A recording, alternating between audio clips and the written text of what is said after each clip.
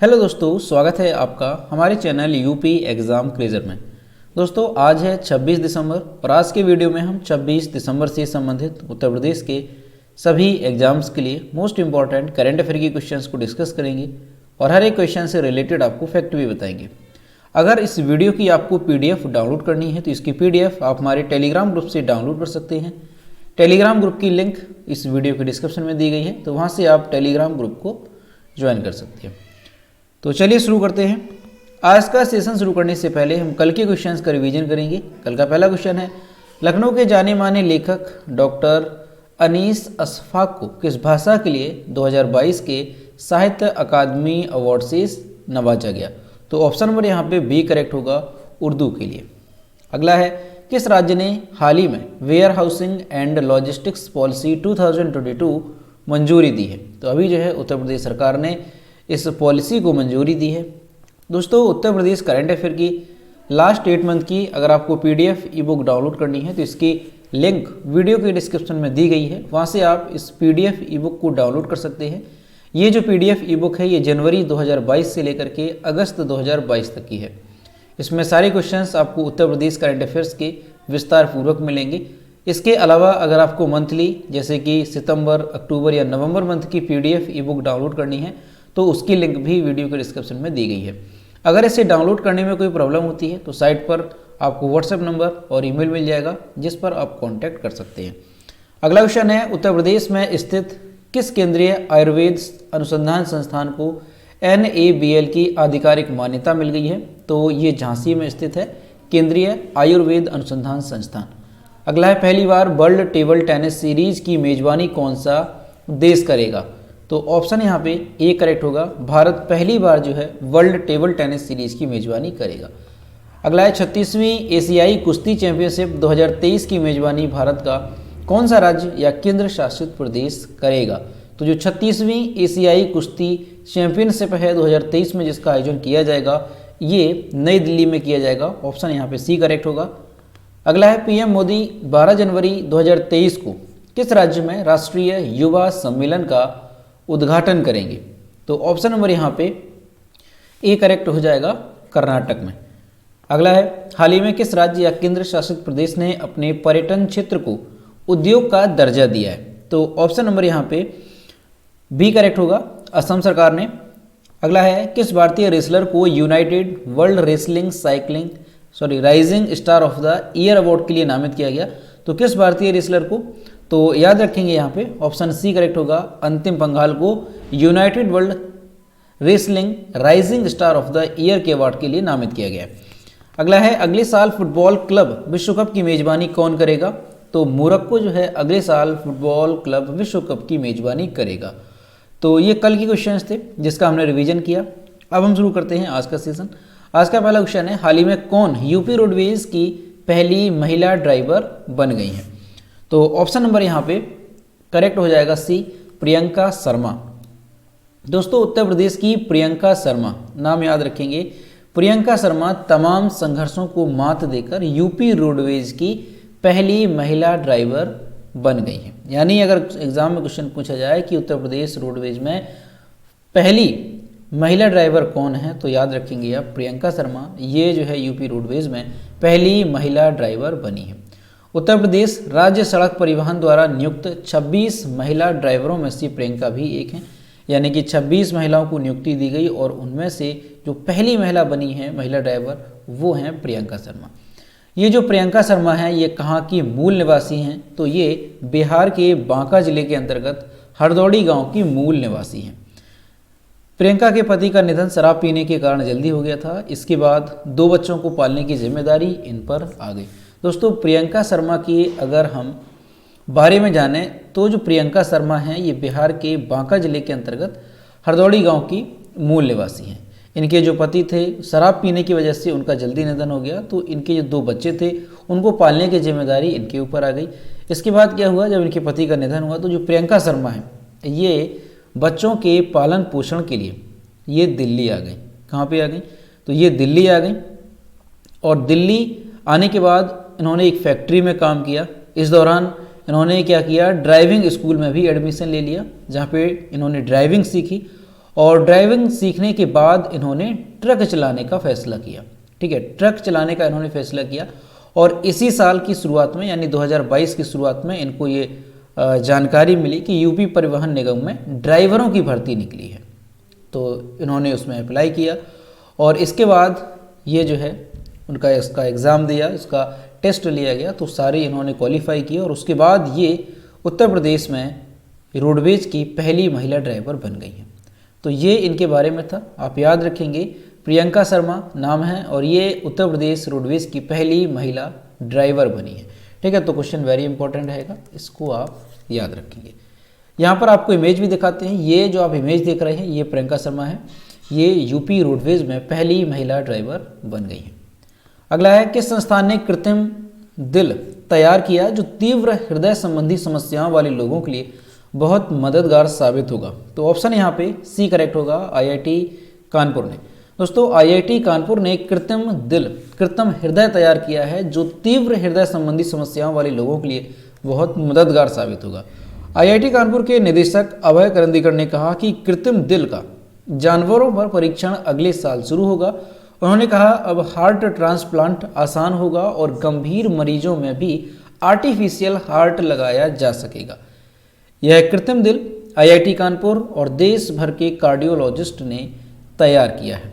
तो ये क्वेश्चन भी इम्पॉर्टेंट याद रखेंगे आप कि अभी जो है आईआईटी कानपुर के जो शोधकर्ता हैं उन्होंने आर्टिफिशियल हार्ट तैयार किया है, यानी कि कृत्रिम हृदय उन्होंने तैयार किया है और अभी इसका जो परीक्षण है वो जानवरों पे किया जाएगा और उसके बाद ये जो आर्टिफिशियल हार्ट है वो इंसानों के लिए भी जो है लागू किया जाएगा।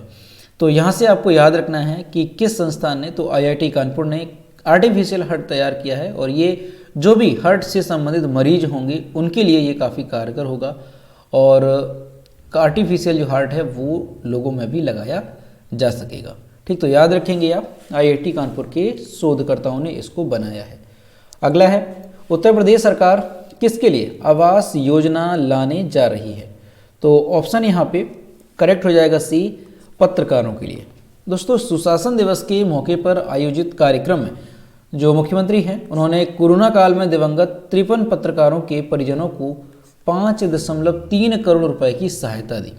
यानी कोविड के टाइम पे जो भी पत्रकार थे जिनका निधन हुआ उनको कितने थे, तो 53 पत्रकार थे जिनको सीएम योगी आदित्यनाथ ने 5.3 करोड़ रुपए की सहायता दी कुल मिलाकर के। पिछले साल भी जुलाई में 50 पत्रकारों के परिवारजनों को भी 10-10 लाख रुपए की सहायता दी गई थी। पिछले साल यानी साल 2021 में गोरखपुर में एक मॉडल पर कार्य किया जा रहा है। यदि वो सफल रहा तो बहुत जल्द प्रदेश के सभी नगरों और महानगरों के पत्रकारों के लिए आवासीय योजना शुरू की जाएगी। उन्होंने इस बारे में नीति और पात्रता आदि तय करने के लिए संपादकों की एक समिति गठित करने के भी निर्देश दिए हैं। तो आपको यहाँ से याद रखना है कि उत्तर प्रदेश में कौन सी योजना जो है शुरू की जाने वाली है, तो आवासीय योजना शुरू की जाएगी और ये जो आवासीय योजना होगी ये पत्रकारों के लिए शुरू की जाएगी। ठीक है, तो इस चीज़ को आप याद रखेंगे। फिलहाल अभी ये शुरू नहीं की गई है लेकिन इस पर काम किया जा रहा है और आने वाले समय में ये योजना पत्रकारों के लिए शुरू की जाएगी। ठीक है, तो इस चीज़ को याद रखेंगे आप। अगला क्वेश्चन है, हाल ही में नेपाल के प्रधानमंत्री कौन बने? तो अभी जो है नेपाल के प्रधानमंत्री बन गए हैं पुष्प कमल दहल। ऑप्शन यहाँ पे डी करेक्ट हो जाएगा। दोस्तों नेपाल की जो राष्ट्रपति हैं विद्या देवी भंडारी, उन्होंने 25 दिसंबर 2022 को पुष्प कमल दहल प्रचंड को नेपाल का नया प्रधानमंत्री नियुक्त किया। प्रचंड तीसरी बार प्रधानमंत्री बनेंगे। पुष्प कमल दहल प्रधानमंत्री के रूप में नेपाली कांग्रेस पार्टी के शेर बहादुर देउबा की जगह लेंगे। ठीक है, तो याद रखेंगे आप कि नेपाल के नए प्रधानमंत्री कौन बन गए हैं, तो ये बन गए हैं पुष्प कमल दहल प्रचंड। ठीक है, अगर एग्जाम में इस तरह से भी पूछ लिया जाए कि अगर ऑप्शन में प्रचंड ही मिल जाए तब भी याद रखेंगे आप पुष्प कमल दहल ही इनका नाम है। ठीक है, तो ये बन गए हैं नेपाल के प्रधानमंत्री। अभी नेपाल से आपको याद रखना है कि नेपाल की राष्ट्रपति कौन है, तो विद्या देवी भंडारी। नेपाल की कैपिटल क्या है, तो याद रखेंगे काठमांडू। इसके अलावा नेपाल की जो करेंसी है वो क्या है, तो नेपाली रुपया, ये नेपाल की करेंसी है। ठीक, तो ये सारी चीज़ें भी आपको यहाँ से याद रखनी है। अगला है, हर साल 25 दिसंबर को सुशासन दिवस किसकी जयंती के अवसर पर मनाया जाता है? कौन सा दिवस है? तो याद रखेंगे सुशासन दिवस। तो ऑप्शन नंबर यहाँ पे ए करेक्ट हो जाएगा, अटल बिहारी वाजपेयी की जयंती के अवसर पर। भारत के 3 बार प्रधानमंत्री रहे अटल बिहारी वाजपेयी की जयंती को चिन्हित करने के लिए हर साल 25 दिसंबर को कौन सा दिवस मनाया जाता है? तो सुशासन दिवस मनाया जाता है। वाजपेयी का जन्म कब हुआ था? तो 25 दिसंबर 1924 को मध्य प्रदेश के ग्वालियर में इनका जन्म हुआ था। दोस्तों ये जो दिवस है इसकी शुरुआत कब की गई, ये भी इम्पोर्टेंट है, याद रखेंगे। तो 2014 में प्रधानमंत्री नरेंद्र मोदी ने घोषणा की थी कि अब से 25 दिसंबर को पूर्व प्रधानमंत्री अटल बिहारी वाजपेयी की स्मृति में सुशासन दिवस के रूप में मनाया जाएगा। अभी दोस्तों हम बात करें अगर अटल बिहारी वाजपेयी के बारे में, जो कि पूर्व प्रधानमंत्री रहे, तो ये प्रधानमंत्री कब रहे थे, इनका कार्यकाल जो है वो कब रहा, तो वो भी याद रखेंगे। पहली बार ये प्रधानमंत्री बने थे 16 मई 1996 को, इस बात को याद रखेंगे। 16 मई 1996 को ये पहली बार प्रधानमंत्री बने और 1 जून 1996 को इन्होंने इस्तीफा इनको देना पड़ा था। दूसरी बार ये 19 मार्च 1998 को प्रधानमंत्री बने और 13 अक्टूबर 1999 तक ये प्रधानमंत्री के पद पर रहे। इसके बाद ये तीसरी बार प्रधानमंत्री कब बने? तो 13 अक्टूबर 1999 को ये प्रधानमंत्री बने और 22 मई 2004 तक ये तीसरी बार प्रधानमंत्री रहे। तो ये आपको याद रखना है कि अटल बिहारी वाजपेयी जो है ये देश के कितनी बार प्रधानमंत्री रहे? तो 3 बार ये देश के प्रधानमंत्री रहे और तीनों बार का कार्यकाल मैंने यहाँ पर आपको दिखाया है। अब यहाँ से एक क्वेश्चन वेरी इंपॉर्टेंट बनता है कि अगर ये आपसे क्वेश्चन कभी पूछा जाए कि भारत के प्रधानमंत्री के तौर पर सबसे कम कार्यकाल जो है वो किसका रहा, ये अगर पूछा जाए तो याद रखेंगे आप अटल बिहारी वाजपेयी का, क्योंकि 16 मई 1996 को ये प्रधानमंत्री बने और 1 जून 1996 को इन्हें इस्तीफा देना पड़ा। तो लगभग क्या यानी कि कितना दिन का कार्यकाल रहा? तो इनका जो कार्यकाल है वो रहा था 16 दिनों का। तो ये आप याद रख सकते हैं कि अगर पूछा जाए कि सबसे कम समय के लिए भारत के प्रधानमंत्री कौन रहे, तो ये अटल बिहारी वाजपेयी 16 दिनों के लिए ये प्रधानमंत्री रहे थे। ये एक क्वेश्चन आपको याद रखेंगे।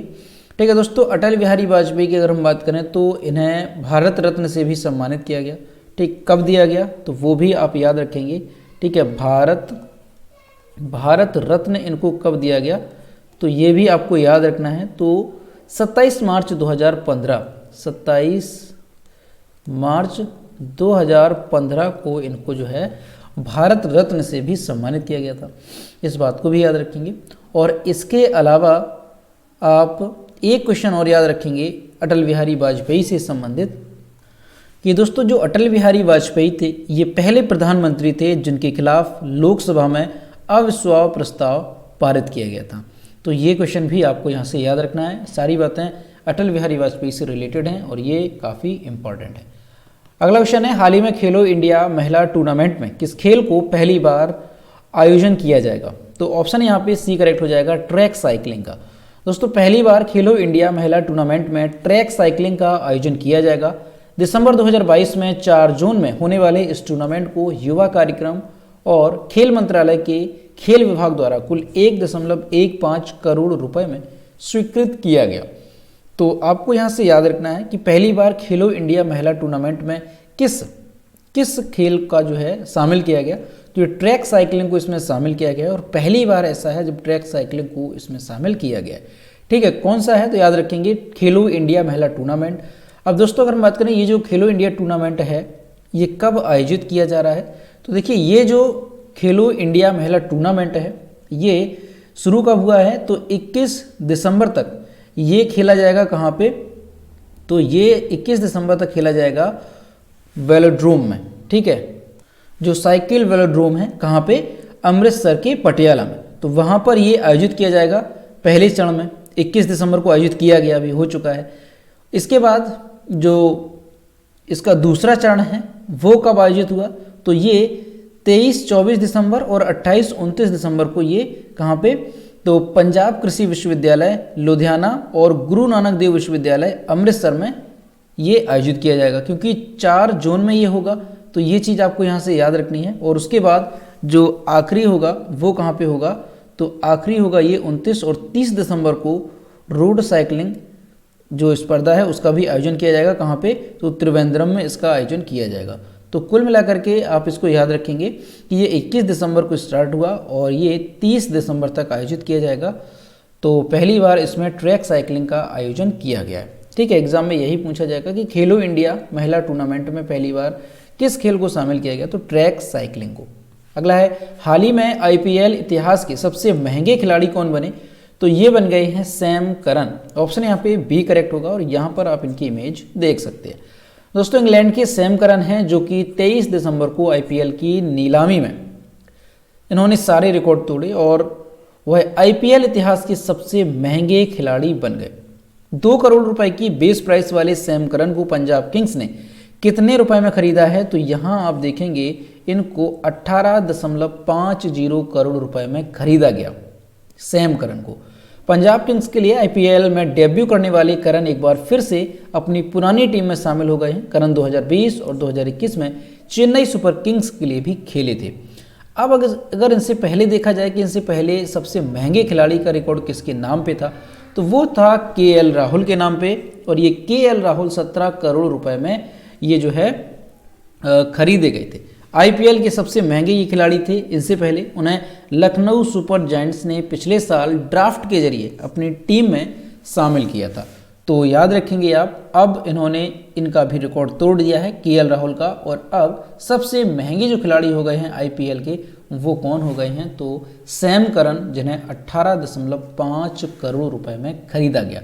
ठीक है, तो याद रखेंगे आईपीएल के लिए, क्योंकि आईपीएल के लिए जितने भी खिलाड़ी होते हैं सभी को जो है यानी कि कह सकते हैं खरीदा जाता है। और उसके लिए जो सबसे महंगे अभी तक का इतिहास देखा जाए तो सबसे महंगे खिलाड़ी रहे ये सैम करन और ये 18.5 करोड़ में खरीदे गए हैं। किसने खरीदा है? तो वो भी याद रखेंगे, पंजाब किंग्स ने इनको खरीदा है। अगला है, निम्न में से किसने रविंद्रनाथ टैगोर साहित्य पुरस्कार 2021-22 जीता? तो ये जीता है, ऑप्शन नंबर यहाँ पे डी करेक्ट हो जाएगा, उपरोक्त सभी, यानी सुदीप सेन, शोभना कुमार और संजय के रॉय ने। दोस्तों सुदीप सेन, शोभना कुमार और संजय के रॉय को कला, साहित्य और सामाजिक योगदान के क्षेत्र में अपने योगदान के लिए रविंद्रनाथ टैगोर लिटरेरी पुरस्कार और सामाजिक योगदान के लिए टैगोर पुरस्कार से सम्मानित किया गया। पुरस्कार समारोह इंडिया इंटरनेशनल सेंटर में आयोजित किया गया। साहित्य के लिए टैगोर पुरस्कार 2018 से प्रतिवर्ष प्रदान किया जाता रहा। इस साल प्रतिष्ठित पुरस्कार का 5वां संस्करण था और पुरस्कार में एक प्रमाण पत्र और एक रविंद्रनाथ टैगोर की प्रतिमा शामिल है। इसके साथ ही यहाँ पर कुछ धनराशि भी दी जाती है। तो वो कितनी दी जाती है? तो 5,000 अमेरिकी डॉलर, यानी लगभग अगर हम इंडियन रुपए में देखें तो 4,13,667 रुपए भी दिए जाते हैं। तो याद रखेंगे या कि इस बार यानी कि साल 2022 के लिए जो रविंद्रनाथ टैगोर लिटरेरी पुरस्कार है वो किसको दिया गया? तो तीनों नाम याद रखेंगे, सुदीप सेन, शोभना कुमार और संजय के रॉय को। ठीक है, और ये कब स्टार्ट किया गया था? तो वो भी याद रखेंगे। जो साहित्य के लिए टैगोर पुरस्कार है ये 2018 से प्रतिवर्ष प्रदान किया जाता है।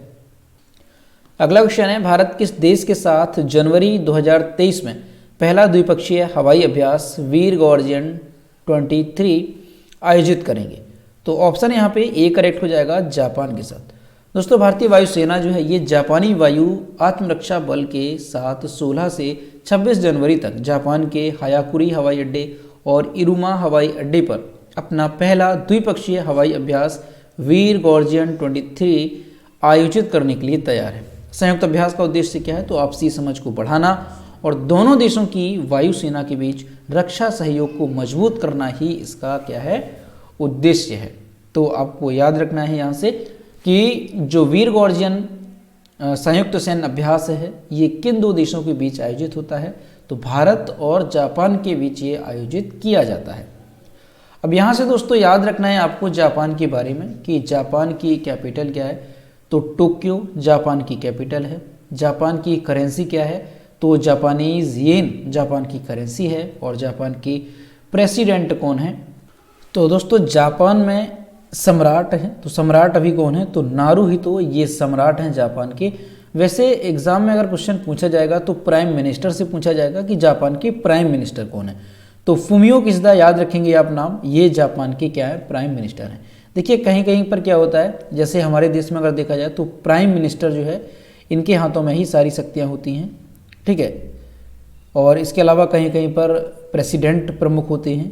तो इस तरह से आपको जापान से याद रखना है, यहाँ पर प्राइम मिनिस्टर प्रमुख माने जाते हैं। तो प्राइम मिनिस्टर यहाँ के कौन है, तो फुमियो किशिदा ये प्राइम मिनिस्टर हैं जापान के, ठीक है। तो एक क्वेश्चन याद और रखेंगे यहाँ से कि जापान के जो पूर्व प्रधानमंत्री थे शिंजो अबे, याद रखेंगे आप उनका नाम शिंजो अबे, तो उनका तो अभी निधन हो चुका है, लेकिन भारत की ओर से उन्हें किस सम्मान से सम्मानित किया गया था, तो याद रखेंगे आप 2021 के वो पद्म पुरस्कार थे और 2021 के पद्म पुरस्कारों में शिंजो अबे को किस सम्मान से सम्मानित किया गया था, तो वो आप याद रखेंगे, इनको पद्म विभूषण से सम्मानित किया गया था, ठीक है। तो वेरी इंपॉर्टेंट है क्योंकि ये दूसरे देश के प्रधानमंत्री थे और इनको भारत में किस सम्मान से सम्मानित किया गया था, तो याद रखेंगे आप पद्म विभूषण से इनको सम्मानित किया गया था। अगला क्वेश्चन है, निम्न में से कौन सा देश फरवरी 2024 में 13वीं विश्व व्यापार संगठन मंत्री स्तरीय बैठक की मेजबानी करेगा, तो ऑप्शन यहाँ पे डी करेक्ट हो जाएगा, संयुक्त अरब अमीरात। दोस्तों संयुक्त अरब अमीरात यानी कि यूएई फरवरी 2024 में 13वीं विश्व व्यापार संगठन मंत्री स्तरीय बैठक की मेजबानी करेगा। WTO यानी कि वर्ल्ड ट्रेड ऑर्गेनाइजेशन, इसको क्या कहेंगे, तो विश्व व्यापार संगठन का 12वां मंत्री स्तरीय सम्मेलन 12 जून से 17 जून 2022 तक जिनेवा स्विट्जरलैंड में आयोजित किया गया था और जो 13वीं विश्व व्यापार संगठन है उसकी मेजबानी करेगा संयुक्त अरब अमीरात। मंत्री स्तरीय सम्मेलन विश्व व्यापार संगठन का सर्वोच्च निर्णय लेने वाला निकाय है और इसकी बैठक आमतौर पर हर 2 साल में की जाती है, तो इसीलिए इम्पॉर्टेंट है, याद रखेंगे कि हर 2 साल में इसकी बैठक की जाती है। 2022 में जो बैठक हुई थी वो स्विट्जरलैंड ने आयोजित की थी, इसके अलावा अभी जो 2024 में आयोजित की जाएगी तो वो संयुक्त अरब अमीरात में की जाएगी, ठीक। तो याद रखेंगे आप यहाँ से।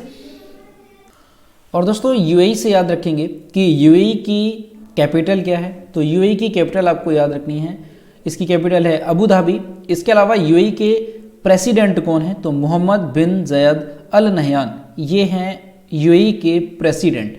इसके अलावा यूएई की करेंसी क्या है, तो वो भी याद रखेंगे, यूएई दिरहम, ये यूएई की क्या है, करेंसी है। इसके अलावा दोस्तों WTO से भी आपको याद रखना है क्योंकि यहाँ से अभी एग्जाम में क्वेश्चन पूछा गया था। WTO से आपको क्या याद रखना है, पहली चीज तो WTO का full form world trade organisation, WTO यानी कि विश्व व्यापार संगठन। यहाँ से क्वेश्चन पूछा गया था एग्जाम में कि WTO की पहली महिला महानिदेशक कौन बनी, ये क्वेश्चन पूछा गया था और शायद ये जो आपका क्वेश्चन है ये पूछा गया था किसमें, जो आपका पैट का एग्जाम हुआ था शायद उसमें क्वेश्चन ये पूछा गया था या आपका कोई PCS में पूछा गया था। तो आप याद रखेंगे, वेरी इंपॉर्टेंट, ये क्वेश्चन पूछा जा चुका है 2022 के एग्जाम में।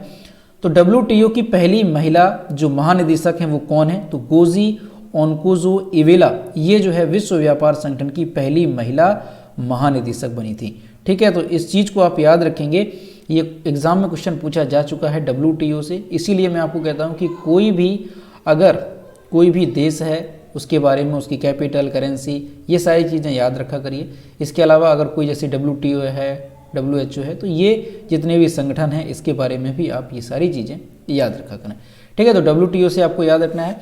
WTO का हेडक्वार्टर कहाँ पर है, ये भी इंपॉर्टेंट है, तो जिनेवा में ही WTO का हेडक्वार्टर है।